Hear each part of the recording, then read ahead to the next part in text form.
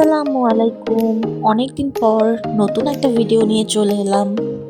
ঈদের ছুটিতে বরিশাল এসেছি, তারই কিছু ঘোরাঘুরির কিছু অংশ আপনাদের সঙ্গে শেয়ার করতে যাচ্ছি। আজকে যখন ভিডিওটা করছি ঈদের দ্বিতীয় দিন, আমাদের কোনো ডেস্টিনেশন ছিল না, আমরা এমনিতেই র্যান্ডম ঘোরাঘুরি করছিলাম। প্রথমে আমরা বরিশাল ভার্সিটি হয়ে ভোলা রোডের দিকে গিয়েছিলাম। ভোলা রোডটা বেশ ভালোই লাগে, বিকেলবেলা আরও বেশি ভালো লাগে। রাতের বেলা অন্ধকারে কিছুই বোঝা যাচ্ছিল না, তারপরেও বেশ ভালোই এনজয় করেছি। খুব মিষ্টি একটা বাতাস এসে গায়ে লাগছিল, যেটার জন্য আরও বেশি ভালো লাগছিল।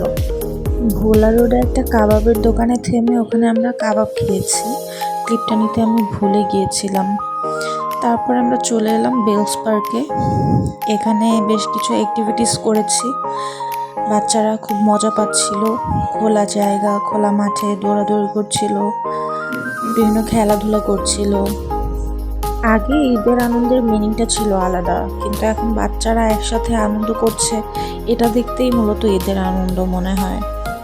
ওরা অনেক বেশি এনজয় করছিল, ওরা এখান থেকে যেতেই চাচ্ছিল না, কিন্তু অনেক রাত হয়ে যাওয়াতে আমরা বেশিক্ষণ স্টে করতে পারিনি। হাতে বেশি সময় নেই, খুব অল্প সময়ের জন্য এসেছি। হ্যাঁ, এইটুকু সময়ের মধ্যে যতটুকু ঘোরাঘুরি করে রাখা যায়, যতটুকু এনজয় করে রাখা যায় আর কি। বেলস পার্কেও আমরা টুকিটাকি হাবিজাবি খাচ্ছিলাম। সব থেকে কষ্টের বিষয় হচ্ছে আমার পা খুব বেশি ব্যথা হয়ে গিয়েছিল, আমি তাড়া দিচ্ছিলাম বাসায় যাওয়ার জন্য। এই তো ঘোরাঘুরি শেষে আমরা বাসার উদ্দেশ্যে রওনা হয়েছি।